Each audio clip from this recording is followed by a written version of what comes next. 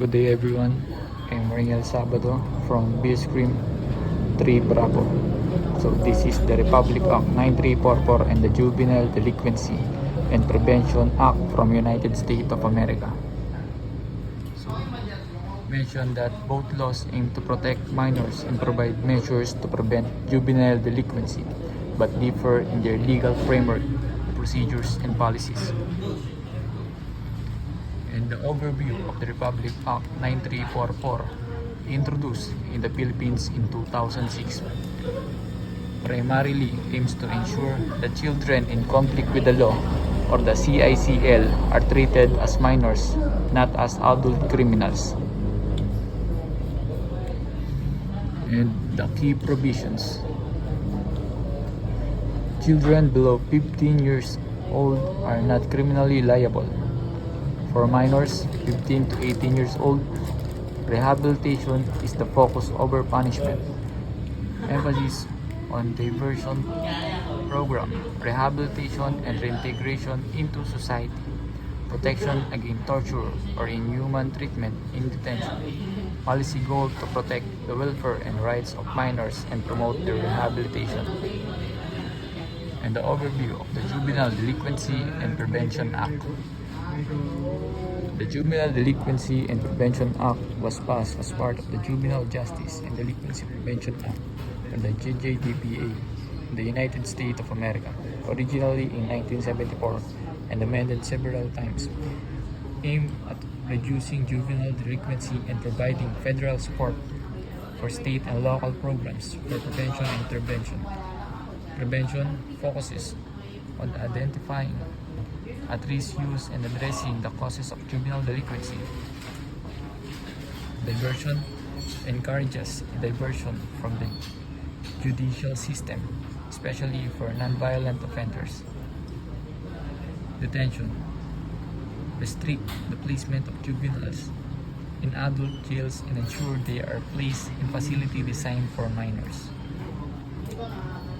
Aftercare and reintegration support services to help juveniles reintegrate into society post-rehabilitation. Next is the similarities between RA 9344 and the Juvenile Delinquency and Prevention Act. Child-centered approach. Both laws emphasize rehabilitation over punishment for juvenile offenders with the goal of reintegrating them into society. Diversion programs. Both laws promote diversion away from formal criminal justice system for certain juvenile offenders, providing alternative pathways such as counseling, education, and community-based programs. Protection of rights. Both laws focus on protecting the rights of minors during legal processes, ensuring their treatment is appropriate to their age. Prevention and early intervention. Both systems encourage identifying and risk youth and early and providing preventative measure to stop delinquency before it happens.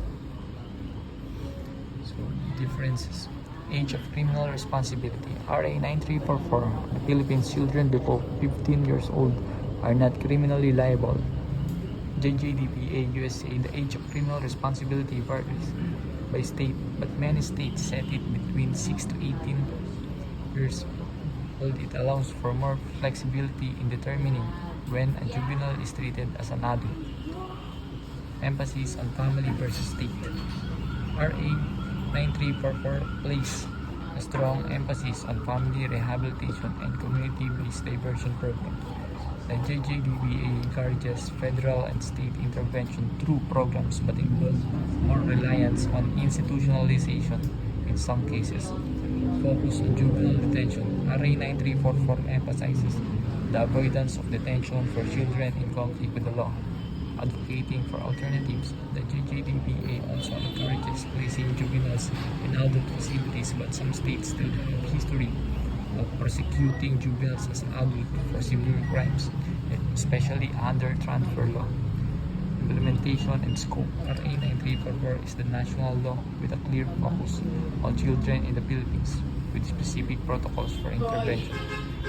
The JJDPA is more decentralized, with states having significant power enforcing their juvenile justice policies and determining the approach to delinquency.